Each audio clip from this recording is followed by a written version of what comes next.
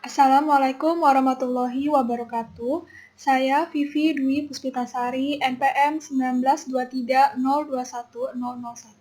akan mempresentasikan hasil laporan observasi yang saya lakukan di SMP Negeri 9 Bandar Lampung.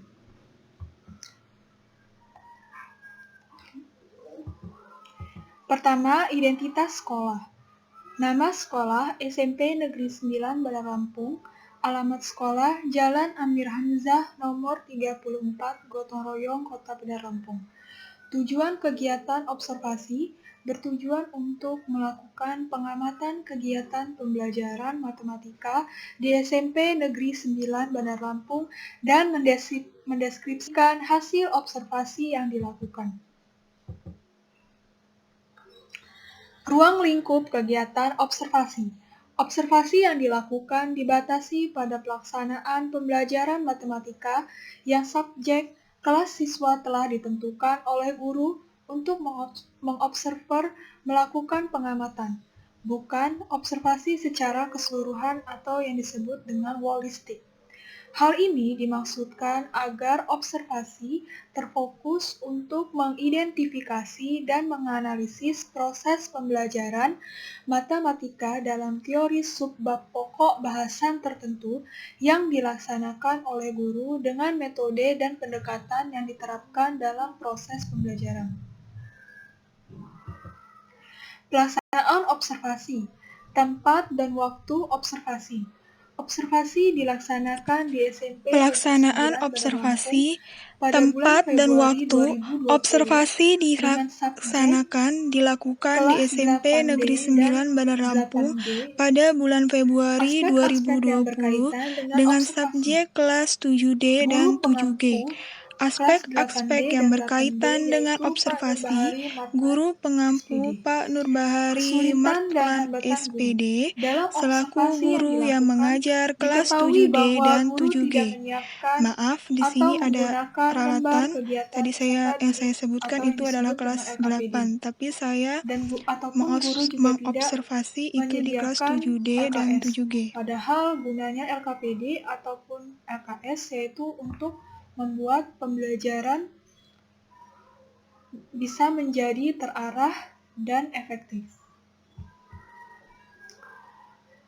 Analisis observasi kelas, kondisi kelas, dan keaktifan siswa, serta aplikasi pembelajaran yang digunakan.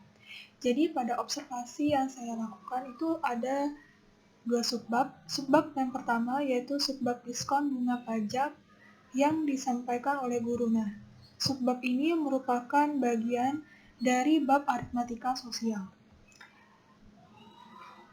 Pembelajaran dilakukan yaitu diawali dengan guru melakukan absensi kehadiran siswa, mengulas singkat materi terkait pada pertemuan sebelumnya. Setelah itu, guru memberitahu kepada siswa tentang materi KBM yang akan dilaksanakan pada pertemuan hari ini. Selanjutnya, untuk memulai pelajaran, dalam buku paket yang dipegang oleh guru dan siswa berisi materi mengenai pajak dan tabungan, guru memerintahkan siswa untuk membaca materi tersebut secara bergilir dan menyimak saat di antara mereka sedang membaca. Jadi, saat teman yang membaca, maka teman yang lainnya itu menyimak. Selanjutnya, setelah proses membaca telah selesai, setelah siswa membaca dan menyimak mengenai pengertian diskon bunga dan pajak, selanjutnya guru mulai melakukan penjelasan terkait materi tersebut. Guru juga menjelaskan dengan cara menuliskan di papan tulis. Di sela-sela penjelasannya, guru juga mengajukan pertanyaan pada siswa terkait dengan materi yang sedang dijelaskan, terutama saat guru memberikan contoh mengenai diskon bunga dan pajak. Contoh tersebut ditulis oleh guru di papan tulis. Pada pertemuan yang pertama ini, pada tahap ini tampak bahwa guru menggunakan metode ekspositori dalam pembelajaran dan menggunakan teori disiplin mental dalam pembelajarannya. Ini terlihat pada saat guru memberikan penjelasan mengenai materi yang sudah ada dalam buku paket yang dimiliki oleh siswa. Pada dasarnya, siswa dapat memperoleh pemahaman dengan membaca materi mengenai diskon, bunga, dan pajak. Memang tidak ada jaminan bahwa siswa sebelumnya telah membaca materi tersebut saat siswa belajar di rumah. Oleh karena itu, guru memberikan penjelasan sistematis dan terinci. Siswa diharapkan mampu menguasai materi pembelajaran berdasarkan penjelasan guru secara terinci. Selanjutnya, pada pertemuan kedua, pada subbab bruto, tara, dan neto yang disampaikan oleh guru, dalam buku paket yang dipegang oleh guru dan siswa berisi materi mengenai bruto, tara, dan neto, guru memerintahkan siswa untuk membaca materi tersebut secara bergilir dan menyimak saat di antara mereka sedang membaca. Nah, pertemuan kedua ini pertama kalinya juga seperti pertemuan ke-1, yaitu dilakukan dengan kegiatan membaca terlebih dahulu yang dilakukan oleh siswa dan guru. Setelah siswa membaca, guru memberikan perintah agar siswa mencari bungkus jajanan yang ada di luar kelas. Bungkus jajanan tersebut harus tertera neto, berat, bersih. Setelah itu, guru membagi kelompok dan memberikan instruksi kepada siswa untuk menganalisis setiap bungkus jajanan yang diperoleh dari setiap kelompok. Jadi, beliau ini, Pak Nurbahari, memerintahkan siswa untuk keluar kelas, diberikan waktu 5 menit untuk mencari bungkus makanan yang ada tertera netonya, yaitu berat bersih. Selanjutnya, siswa itu saling bertukar kemasan bungkus jajanan pada anggota kelompoknya. Lalu siswa mencari neto di kemasan dengan mengkira-kira tara pada bungkus jajanan tersebut. Misalnya, ini bungkus makanan. Terus jari kita ini adalah 1 gram, 2 gram, 3 gram itu untuk mengkira-kira taranya. Lalu siswa mencari bruto dengan cara neto ditambahkan dengan tara. Setelah itu, siswa menuliskan hasil temuannya dari setiap bungkus, dituliskan di dalam buku dan dalam bentuk tabel. Nah, terlihat seperti di slide ya, di gambarnya ada siswa yang sedang berkelompok, dan ada juga di situ di mejanya itu ada jajanan, yaitu mereka sedang mengukur taranya, mencari taranya. Setelah itu menotalkan neto dan tara agar ketemu brutonya, yaitu bruto itu adalah berat kotor.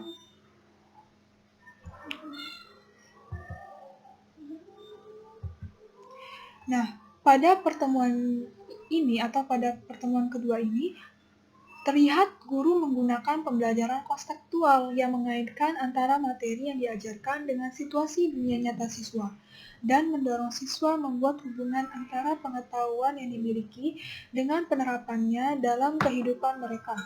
Dengan konsep itu, hasil pembelajaran berlangsung alamiah dalam bentuk kegiatan siswa bekerja dan mengalami. Penarikan kesimpulan secara bersama. Jadi setiap pembelajaran, guru dan siswa bersama-sama membuat kesimpulan. Guru bersama-sama dengan siswa memberikan ulasan penyampaian materi dimaksudkan untuk menguatkan pengetahuan dan pemahaman siswa terhadap materi yang sedang dipelajari, dan ini sesuai dengan teori disiplin mental. Setelah pembelajaran selesai, setiap pertemuan, observer mengambil 5 siswa untuk dilakukannya wawancara. Diperoleh hasil wawancara yaitu menurut beberapa siswa, belajar berkelompok bersama teman-teman biasanya lebih semangat belajar dibandingkan kalau belajar sendirian. Karena ada saatnya mereka siswa kurang mengerti dan sungkan bertanya kepada guru. Dengan berdiskusi, siswa dapat bertanya dengan leluasa kepada teman, namun ada siswa menganggap bahwa belajar dengan cara berdiskusi dapat menimbulkan keributan di kelas sehingga tidak bisa belajar dengan fokus memperhatikan guru yang sedang menyampaikan materi. Selanjutnya ada hasil angket peserta didik. Nah, hasil angket peserta didik ini itu mengambil 5 siswa secara acak dari setiap pertemuan pembelajaran dan sama juga dengan hasil wawancara tadi, itu juga 5 peserta didik yang diambil juga secara acak. Nah, ini merupakan rekapitulasi dari hasil angket peserta didik.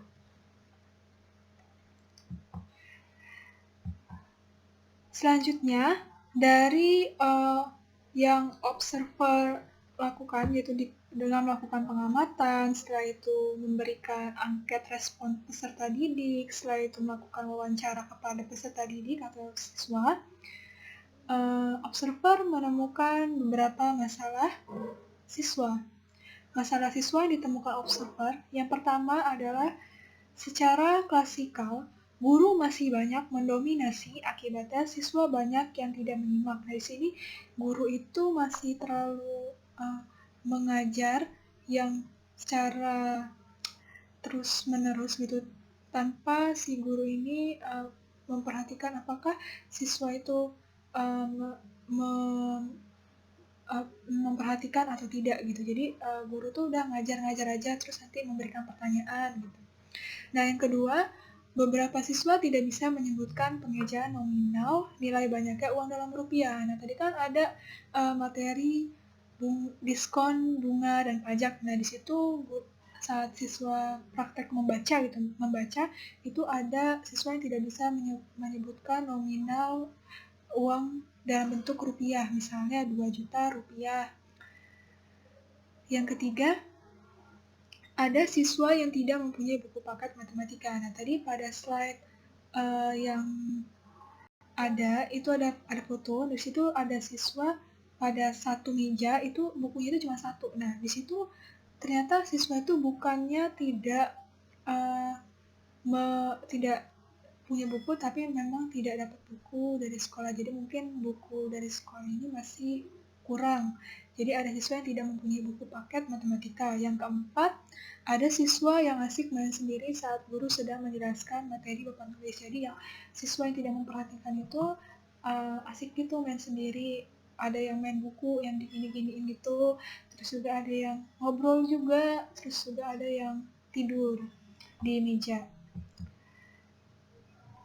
Nah, selanjutnya solusi yang ditawarkan oleh observer. Jadi ketika saya mengamati, ada mendapatkan masalah, maka saya mau ini nih punya solusinya nih supaya siswa itu tidak seperti itu.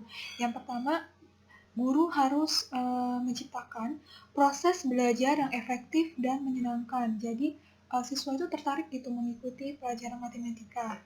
Yang kedua, suasana kompetensi kelas yang menantang.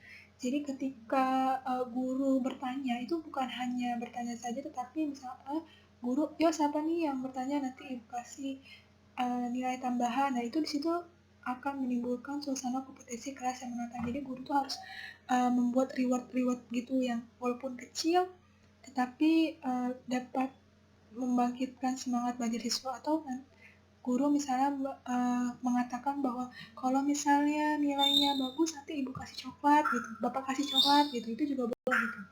Yang ketiga, sumber belajar. Nah, sumber belajar ini harus memadai. Jika memang guru mengetahui bahwa ada siswa yang tidak dapat buku, maka di sini sebaiknya guru pun menyiapkan sebuah LKPD atau LKS yang dapat membuat pembelajaran itu lebih efektif dan terarah. Nah, di sini juga bisa menjadi sumber belajar yang baik untuk siswa. Yang keempat, bantuan belajar yang siap siaga.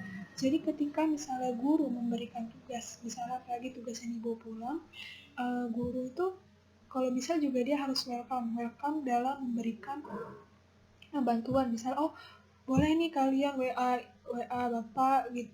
Nanti Bapak akan kasih clue supaya kalian bisa menemukan jawabannya. Nah, itu merupakan juga salah satu bantuan belajar siap siaga.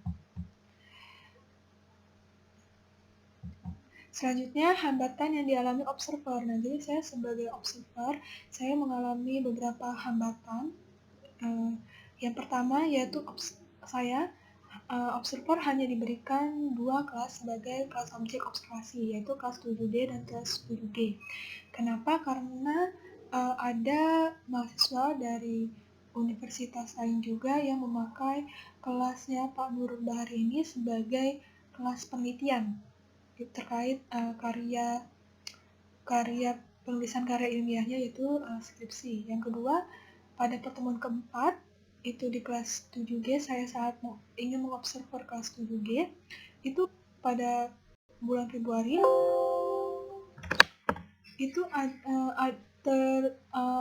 di sekolah tersebut ada kegiatan rapat terkait membahas pelaksanaan simulasi UNBK dan pelaksanaan UTS siswa. Jadi saat rapat tersebut, siswa itu dipulangkan secara cepat, itu pulang sekitar jam 11:30 saat itu. Nah, yang ketiga, Pak Nur Bahari Matan SPD menjadi operator simulasi UNBK. Jadi dari hasil rapat itu, Pak Nur Bahari pada minggu berikutnya itu menjadi operator simulasi UNBK. Maka saat itu Pak Nur Bahari tidak masuk ke dalam kelas.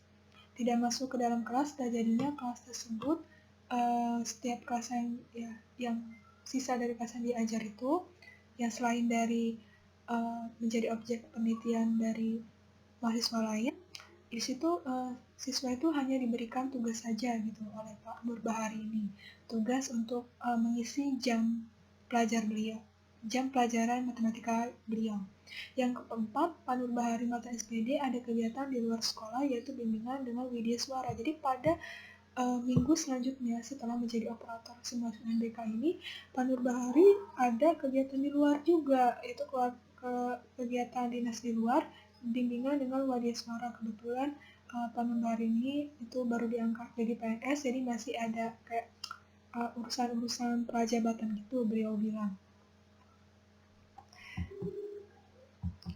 Kesimpulan, kegiatan observasi sangat membantu para mahasiswa untuk mengenali, mengidentifikasi, serta melakukan analisis terhadap pelaksanaan pembelajaran matematika yang guru terapkan di kelas. Analisis observasi untuk mengidentifikasi pelaksanaan pembelajaran matematika di kelas dilakukan dengan cara menganalisis setiap tahapan proses pembelajaran pada kegiatan inti. Berdasarkan hasil analisis tersebut, dapat ditemukan masalah yang ada pada siswa saat proses pembelajaran matematika. Cukup sekian presentasi yang saya paparkan, hasil observasi yang saya lakukan di SMP Negeri 9 Bandar Lampung. Kepada teman-teman, saya persilakan untuk bertanya di Google Classroom, saya akan berusaha menjawabnya. Saya ucapkan wassalamualaikum warahmatullahi wabarakatuh. Terima kasih.